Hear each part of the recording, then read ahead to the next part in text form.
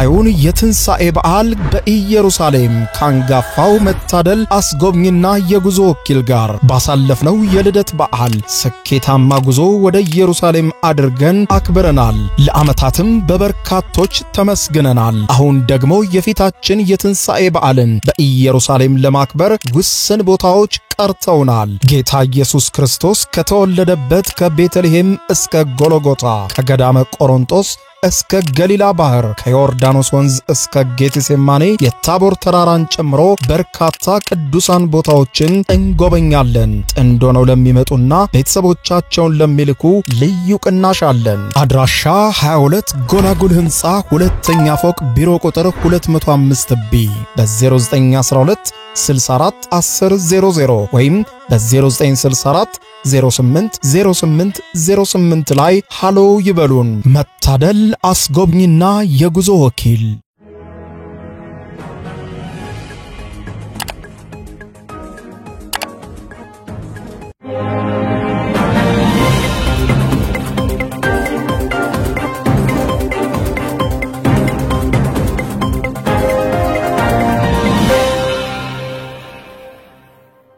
ተናስተልኝ ክብራትና ክብራን የዩቲዩብ ቻናል ቤተሰቦች የሰዓቱን ሁለት አጫጭር መረጃዎች ይዤ ቀርብ ያለው እስከ ፍጻሜ አብራችሁኝ ቆዩ። በዚህ ሰዓት ከማስደምጣችሁ ሁለት መረጃዎች መካከል በቀዳሚነት ወደ እናንተ የሚደርሰው ከኤርትራ መንግስት በኩል አንድ ሰነድ መጋለጡ ተሰምቷል። ሰነዱም ኢትዮጵያን በተመለከተ እንዲሁም በአሰብ ወደብንና ሌሎችንም ጉዳይ የተመለከቱ ጉዳዮችን የሚያሰስና የኤርትራ መንግስት ቀጣይ እቅድና አካሄድን የሚያመለክት ሰነድ ነው ተጋልጦ ወጣ የተባለው። ይሄውም ሚስጥራዊ ስብሰባ በአሜሪካው ዋሽንግተን ዲሲ በሚገኘው የኤርትራ ኤምባሲ ተደርጓል የተባለው ሚስጥራዊ ስብሰባን አስመልክቶ የወጣው ሰነድ ምን አለ፣ ስለ ኢትዮጵያስ ምን ይላል፣ በዝርዝር የምታደምጡት ጉዳይ ነው። በሌላ በኩል ክቡራን አድማጮች ኤርትራ ወደ ጋዛ ምንም አይነት እርዳታ እንዳይገባ እቀባ ባደረገች በአምስተኛው ቀን ደግሞ የኤሌክትሪክ ኃይል ሙሉ በሙሉ ለጋዛ እንዲቋረጥ አድርጋለች። በሌላ በኩል ደግሞ የኢራን መረጃ መንታፊዎች የእስራኤልን ውድ የተባሉ መረጃዎች መመንተፋቸው ተነግሯል። እነዚህንም የኢራን ኃይሎች የመነተፏቸው መረጃዎች በማህበራዊ ሚዲያዎች ላይ ለቀዋቸዋል። ከምሽቱን ጀምሮ ጉዳዩ መነጋገሪያ እየሆነ ነው። እስራኤል በኢራን የመረጃ መንታፊዎች የተወሰዱባትና በዓለም አደባባይ የተጋለጡባት መረጃዎች ምን ናቸው የሚለውን ጨምሮ የእስራኤልና የሐማስ የኢራንን ጉዳይ በዝርዝር የማስደምጣችሁ መረጃ ይኖራል። እስከ ፍጻሜ ቆዩ። ዝርዝር መረጃዎችን አድምጡ ግብዣይ ነው። ወደ መረጃዎቹ አለፍኩ። አብረን እንከታተለው። በቅድሚያም ኢራን በእስራኤል ላይ የሳይበር ጥቃት መፈጸሟና የእስራኤልን ሚስጥሮች በእጇ ማስገባቷ ሲገለጽ፣ እስራኤል ደግሞ የመላ ጋዛን የኤሌክትሪክ ኃይል አቅርቦት ማቋረጧ ተሰማ። በኢራን የተፈጸመ እንደሆነ በተረጋገጠና በእስራኤል ላይ በተፈጸመ ከባድ የሳይበር ጥቃት በእስራኤል መንግስት እጅ የነበሩ በሺዎች የሚቆጠሩ እስራኤላውያን መረጃዎች መጋለጡን የተገለጸ ሲሆን ይህም ደግሞ በእስራኤላውያን በኩል የደህንነት ስጋት መቀስቀሱን ያስታወቀው ዮኒውስ በዘገባው ኢራናውያን ሃከሮች ወይም የመረጃ መዝባሪዎች ከእስራኤል መንግስት የመረጃ ቋት የመዘበሯቸውን ወሳኝና ሚስጥራዊ የተባሉ መረጃዎችን ወደ አደባባይ ማውጣታቸውን በማንሳት ምንም እንኳን የመረጃ መዝበራው የሳይበር ጥቃቱን በሚመለከት ምርመራ እየተደረገ ቢሆንም ጉዳዩ በተለይም ደግሞ ለእስራኤል ባለስልጣናት እንቆቅልሽ መሆኑን ጠቅሶ የእስራኤሉ ሐሬትዝ ጋዜጣም በበኩሉ በእስራኤል መንግስት የመረጃ ቋት ውስጥ የነበሩና የጦር መሳሪያ ያላቸው በ10 ሺህ የሚቆጠሩ እስራኤላውያን ዜጎች ዝርዝር መረጃ በኢራናውያን ጥቃት ፈጻሚዎች መጋለጡን ማስታወቁን በማንሳት የሳይበር ጥቃቱ የእስራኤል ፖሊስ ኃይል እንዲሁም ብሔራዊ የደህንነት ኤጀንሲ ላይ የተነጣጠረ እንደሆነ መጠቆሙን አስታውሷል። በኢራናውያን የተጋለጠው የእስራኤል መንግስት መረጃ የጦር መሳሪያ ካላቸው ዜጎች በተጨማሪ ወሳኝ የእስራኤላውያን የጸጥታና ደህንነት ሰዎች እንዲሁም ፈንጂዎችና ከባድ የጦር መሳሪያዎችን ጨምሮ የጦር መሳሪያዎች የሚከማቹባቸውን ቦታዎች የሚያሳዩ ሚስጥራዊ መረጃዎችም ጭምር በኢራን እጅ መግባቱ ይፋ የተደረገ ሲሆን ኢራናውያን የመረጃ መዝባሪዎችም ከምሽቱን ጀምሮ በኢንተርኔት ላይ እነዚህን ጥብቅና ሚስጥራዊ መረጃዎች በይፋ ለህዝቡ ለቀዋቸዋል። መረጃው መጋለጡ በእስራኤል መንግስት በኩል ድንጋጤን ያጫረ ሲሆን በተለይም ደግሞ እስራኤል ራሷን ለመከላከል የምትጠቀምባቸው መከላከያ መሳሪያዎች እንዲሁም ለማጥቃትም የምትጠቀምባቸው መሳሪያዎች የተከማቹባቸውን ወቅት ወቅታዊ ቦታዎችም የሚያመለክት መረጃ በይፋ ኢንተርኔት ላይ መሰጣቱ እስራኤላውያንን ማስደንገጡና በተለይም ደግሞ የነበሩ የመከላከያም ሆኖ የማጥቂያ መሳሪያዎችም ቦታዎችም በፍጥነት መቀየር እንዳለባቸው ግምገማ በእስራኤል በኩል መወሰዱ ተነግሯል። ምንም እንኳን የእስራኤል ፖሊስና የብሔራዊ ደህንነት ሚኒስትሩ ከሳይበር ጥቃቱ በኋላ የመረጃ ምዝበራውን በተመለከተ ለቀረበው ጥያቄ የተፈጸመውን ጥቃት በተመለከተ ማጣራት እየተካሄደ ነው በማለት በጉዳዩ ዙሪያ ዝርዝር መረጃ ከመስጠት ተቆጥበዋል።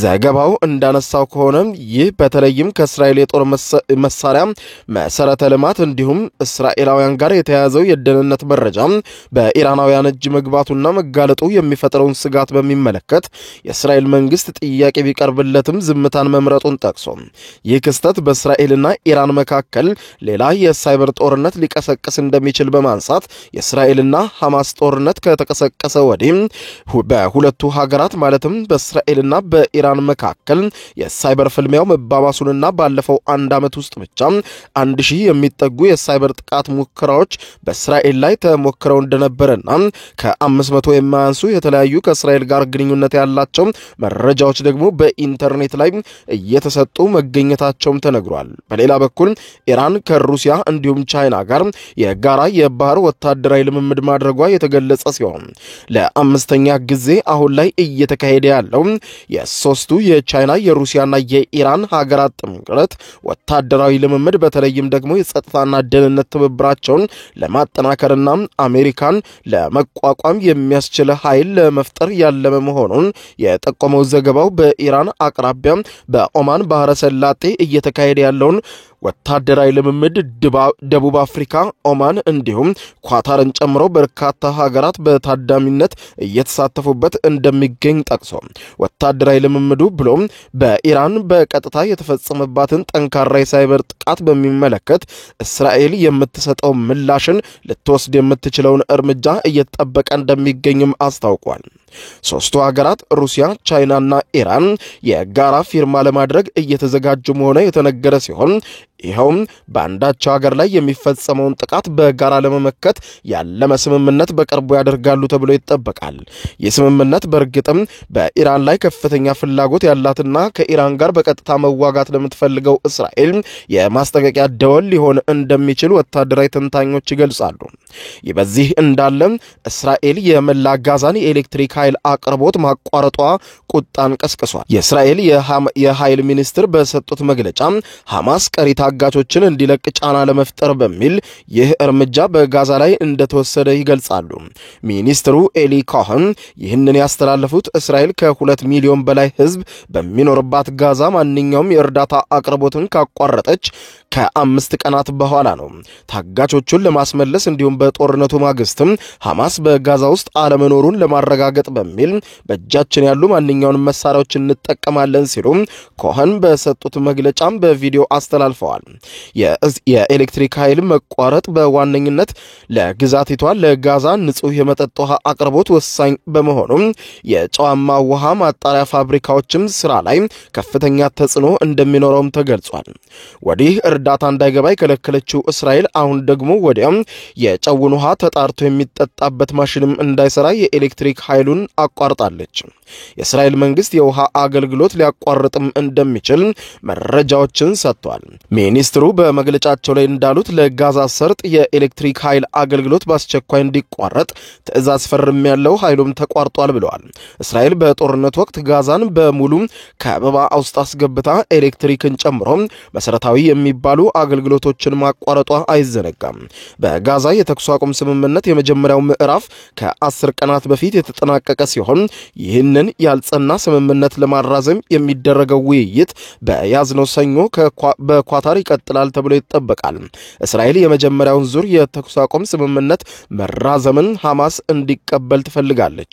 ሐማስ በበኩሉ ሁሉም ታጋቾች እንዲለቀቁ እንዲሁም የእስራኤል ጦር ከጋዛ ሙሉ በሙሉ ለቆ እንዲወጣና ዘላቂ መረጋጋትን ማምጣት ያለመው ሁለተኛው ምዕራፍ ተግባራዊ ይሁን እያለ ነው። የጋዛ ኤሌክትሪክ አቅርቦት መቋረጥ በታጋቾች ላይም ተጽዕኖ እንደሚያሳድር ያስጠነቀቀው ሐማስ በበኩሉ ከግብጽ አደራዳሪዎች ጋር የተደረሰውን የተኩስ አቁም ውይይት መጠናቀቁንም ገልጿል። በተጨማሪም የተኩስ አቁሙ ሁለተኛ ምዕራፍ በአስቸኳይ እንዲጀመር ሐማስ ጥሪውን አቅርቧል። የጋዛ የባህር ዳርቻ ግዛትና የመሰረተ ልማት አውታር በእስራኤል የተቀናጀና የማያቋርጥ ጥቃት ከፍተኛ ውድመት ደርሶባቸዋል። የግዛቲቷ ነዋሪዎችም የኤሌክትሪክ ኃይል ለማግኘት ጄኔሬተሮችን እንዲሁም ሶላር ፓነሎችን በመጠቀም ላይ ይገኛሉ። እስራኤል የጋዛን መሰረታዊ አገልግሎት በማቋረጧ ነቀፌታ እየዘነበባት ይገኛል ያለው ቢቢሲ የሰላማዊ ዜጎች መሰረታዊ አገልግሎትን መንፈግ የጅምላ ቅጣትን የሚመለከት ነው ሲሉ የተባበሩት መንግስታት ድርጅት የሰብአዊ መብት ቢሮ ባወጣው አስቸኳይ መግለጫ አስታውቋል። እርዳታ ወደ ጋዛ በማንኛውም መስመር እንዳይገባ ጋዛን በመክበብ ቁጥጥር እያደረገች የምትገኘው እስራኤል አሁን ደግሞ የግዛቲቱን መብራትም አቋርጣለች። ፊሊስጤማውያን ፕሬዝዳንታዊ እንዲሁም የፓርላማ ምርጫ እስኪያካሂዱ ድረስ ጋዛን የሚያስተዳድር ገለልተኛ ኮሚቴ ለማቋቋም ለቀረበው ሐሳብም ሐማስ ድጋፉን ገልጿል። ኮሚቴው እስራኤል በኃይል በያዘቻቸው ዌስት ባንክ የሚተዳደረውን የፊሊስጤም አስተዳደር ወይም ፒኤም ጥላ ስር ተግባራዊነቱ ይከናወናልም ተብሏል። እስራኤል የፊሊስጤም አስተዳደር ወይም ፒኤም በጋዛ የትኛውም ሚና አልቀበልም ያለች ሲሆን ነገር ግን ከጦርነቱ በኋላ ሊኖር ስለሚችለው አስተዳደር ግን አማራጭ ከማቅረብ ተቆጥቧል። በሌላ ዜና የኤርትራ መንግስት እየተነሳበት የሚገኘውን ተቃውሞ ለማስቆም ከኤርትራና ከህወሓት አጋሮች ጋር ውይይት ማድረጉ ተሰማ። በአሜሪካ ዋሽንግተን ዲሲ በሚገኘው የኤርትራ ኤምባሲ የኤርትራና የህወሓት አክቲቪስቶች በአንድ መድረክ በማወያየት አቅጣጫ ማስቀመጡ የተሰማ ሲሆን በኤርትራ ላይ ተከፍቷል የተባለውን የተዛባ መረጃና ያልተገባ ትችትን ለመመከት በሚል በኤምባሲው በተጠራው ሚስጥራዊ በተባለው ስብሰባን በተመለከተ ባለ 3 ገጽ ሪፖርት ይፋ የወጣ ሲሆን ይህም ከ2 ወራት በፊት በጥር ወር መጀመሪያ ሰሞን እንደነበረ ሲገለጽ የኤምባሲው አርማና ማህተም ያረፈበት ሪፖርትም የስብሰባው ዋና ዓላማ በኤርትራ ጥቅሞች ላይ የተከፈተ የተሳሳተ መረጃና የጠላትነት ስሜትን መመከት እንደሆነ በማንሳት በውይይቱ ወቅትም ከተሳተፉት አክቲቪስቶች ጋር በጋራ መስማማት ላይ ከተደረሰባቸው ነጥቦች መካከል አንዱም ከህወሓት ጀነራሎችና የንግድ ሰዎች እንዲሁም ከታዋቂ ፖለቲከኞች ጋር የኤርትራ መንግስት መስራት አለበት የሚለው መሆኑን ተመልክቷል። ከዚህ በተጨማሪ በቀጠናዊ ጉዳዮች ላይ ኤርትራ ያላትን ሚና በተመለከተ በህብረተሰቡ አመለካከት ላይ ስራዎችን መሰራት እንዳለበት የሚገልጸው የኤርትራ መንግስት በኤምባሲው በኩል የተደረገው ሚስጥራዊ ስብሰባ በዚህ ረገድ በሚዲያ የሚሰሩ ሰዎችን ለመደገፍ ኤምባሲው ገንዘብ እንደሚመድብና ለአክቲቪስቶችና ኤርትራን የሚደግፉ ዘገባዎችን ለሚያወጡ ኢትዮጵያንም ሆነ ኤርትራውያን የገንዘብ ክፍያ እንደሚከፍልም ሰነዱ ያጋልጣል። ሰነዱ በማህበራዊ ሚዲያ በተለይም ተጽዕኖ ፈጣሪ ያሏቸውን ማህበራዊ ሚዲያዎችን እንዲቆጣጠሩና በተቀመጠው አቅጣጫ ሂደቱን እንዲቃኙ ትብብር መመስረቱን ጠቅሶ ኤርትራ ለዚህ ተግባሯን በኤምባሲው በኩል ከፍተኛ ትብብር በማድረግ እየሰራች እንደምትገኝ አስታውቋል። በጸረ ኤርትራ አቋማቸው ይታወቃሉ በተባሉ ቁልፍ ሰዎች በተለይም ደግሞ በጀነራል ጻድቃንና በአቶ ሰያ አብርሃ ላይ ትኩረት ተደርጎ መሰራት እንዳለበት ይሄው ሚስጥራዊ ስብሰባ የሚያጋልጥ ሲሆን በተለይም ደግሞ ለሚዲያዎችም በምን አይነት መልኩ የኤርትራን ጉዳይ መዘገብ እንዳለባቸው አቅጣጫ መቀመጡንና ለነርሱም የሚከፈል በጀት መመደቡም ተገልጿል። ችግሩን አግልቶ ማሳየትና በተለይም ደግሞ የበለጠ ክፍፍል በፖለቲካና በወታደራዊ ኃይሎች መካከል እንዲሰራ ስምምነት ላይ መደረሱን የጠቆመው ደብዳቤው የኢትዮጵያ የተቀናጀ መጠነ ሰፊ የቀይ ባህር ባለድርሻነት ዘመቻን መመከት አለበት ሲልም የአሰብ ወደብ ቅስቀሳ እንዲሁም ኢትዮጵያ ታሪካዊ የባህር በር ባለቤትን ትርክትም የኤርትራን ሉዓላዊነት የሚደፍር መሆኑን በሚገልጽ መልኩ መቀልበስ እንደሚያስፈልገው በሚስጥር መነጋገራቸውን በማንሳት ኤርትራ በአካባቢውም ሆነ በዓለም አቀፍ ደረጃ ዲፕሎማሲያዊ ግንኙነትን በማጠናከር የትኛውም የውጭ ኃይል ኢትዮጵያን የቀይ ባህርም ሆነ የአሰብ ባለቤትነትን ድጋፍ እንደማይኖረው ማረጋገጥ ያስፈልጋል ሲል ኢትዮጵያ የተስፋፊነት ረጅም ታሪክ ያላት መሆኗን በማንሳት የሚወቅሰው ይሄው መረጃ የአሁኑንም እርምጃም የኒዮ ኢምፔሪያሊዝም እርምጃ መሆኑን ማንጸባረቅ እንደሚያስፈልግና በኢትዮጵያ ላይ መጠነ መጠነ ሰፊ ዘመቻዎችም መክፈት እንደሚያስፈልግ በመዘርዘር በኤርትራ ከሚካሄደው ብሔራዊ ውትድርና አገልግሎት ጋር በተያያዘ የሚቀርበውን ወቀሳ በተመለከተ አሰራሩ በሌላም ሀገር የተለመደ መሆኑን ማስረዳት እርምጃው በጸጥታና ሉዓላዊነትን ለማስከበር አስፈላጊ መሆኑን ሲጠቁም ማይክል ሩቢንና የመሳሰሉት የኤርትራ የመንግስት ለውጥን የሚደረግ የሚቀሰቅሱ አካላትን በተመለከተ በተመሳሳይ ጣልቃ ገብነቶች በሊቢያና ኢራቅ ያስከተሉትን አውዳሚ ውጤት ግምት ውስጥ ሳያስገቡ የሚሰጡት አስተያየቶች መሆኑን ማስገንዘብ እንደሚገባ ጠቅሶ ኤርትራ ለቀይ ባህር ደህንነትና ለጸረ ሽብር ትግሉ ቁርጠኛ መሆኗን እንዲሁም በመከባበር ላይ ለተመሰረተ ትብብር ኤርትራ ዝግጁ መሆኗን በሚገልጽ መልኩ በሚዲያዎች ለኤርትራ ፕሮፓጋንዳ እንዲሰሩ አቅጣጫ ያስቀምጣል።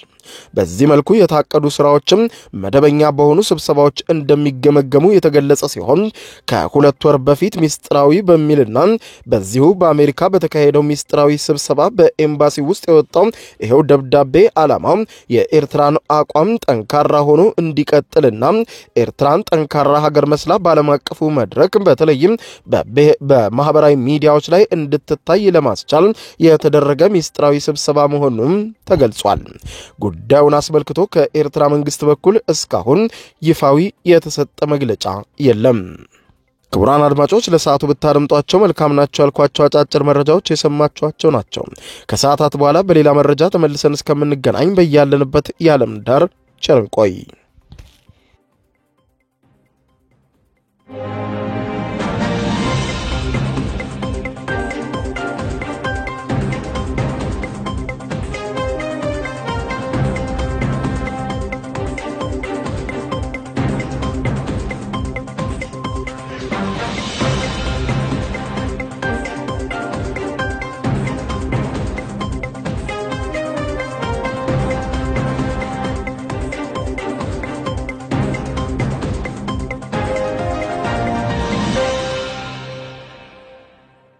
የዩቲዩብ የስኬት ሚስጥሮችን በዝርዝር የያዘው የአቤል ብርሃኑ የወይኗ ልጅ አዲስ መጽሐፍ በገበያ ላይ ዋለ። ዩቲዩብ ለመጀመር በአጭር ጊዜ ስኬትን ለመቀዳጀት አስበዋል? ዩቲዩብ ጀምረው ሚስጥሮቹ አልገባ ብለውታል? እንግዲያውስ አዲሱ በዩቲዩብ 2 የወርቅ 3 የብር ሽልማቶችን ያገኘው የአቤል ብርሃኑ የወይኗ ልጅ የዩቲዩብ ሚስጥሮች መጽሐፍ በዝርዝር ሁሉንም ያብራራሉታል። ዛሬውኑ ገዝተው ህልሞን እውን የሚያደርጉበትን የዩቲዩብ የስኬት መንገድ ይጀምሩ። በውጭ ሀገራት ለምትገኙ ከአማዞን ላይ ብታዙ በቀናት ውስጥ ደጁ ይደርሳል። የአማዞን ሊንኩን እዚህ ቪዲዮ ኮሜንት ላይ ያገኙታል። በሀገር ውስጥ ለምትገኙ በ0949 13 0000 ቴሌግራም ላይ ይዘዙ። ካሉበት ቦታ እናደርሳለን። የዩቲዩብ ሚስጥሮች ዘመኑ ጋር ተፈላጊ መጽሐፍ